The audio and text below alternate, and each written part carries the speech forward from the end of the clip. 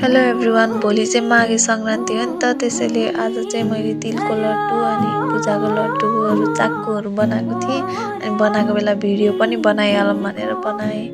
पहिला चाहिँ सक्खरलाई मजाले पकाउने अनि सक्खरमा चाहिँ कति धुलो फोहोरहरू हुन्छ कि त्यसलाई छानेको थिएँ मैले चाहिँ अनि तिलको लड्डु बनाएको थिएँ। तिलको लड्डु चाहिँ कस्तो राम्रो भएको थियो मम्मीले र मैले भएर बनाएको थियौँ। भुजाको लड्डु नि बनाएको थिएँ त्यो चाहिँ मैले भिडियो नै बनाएको थिइनँ रहेछु क्या।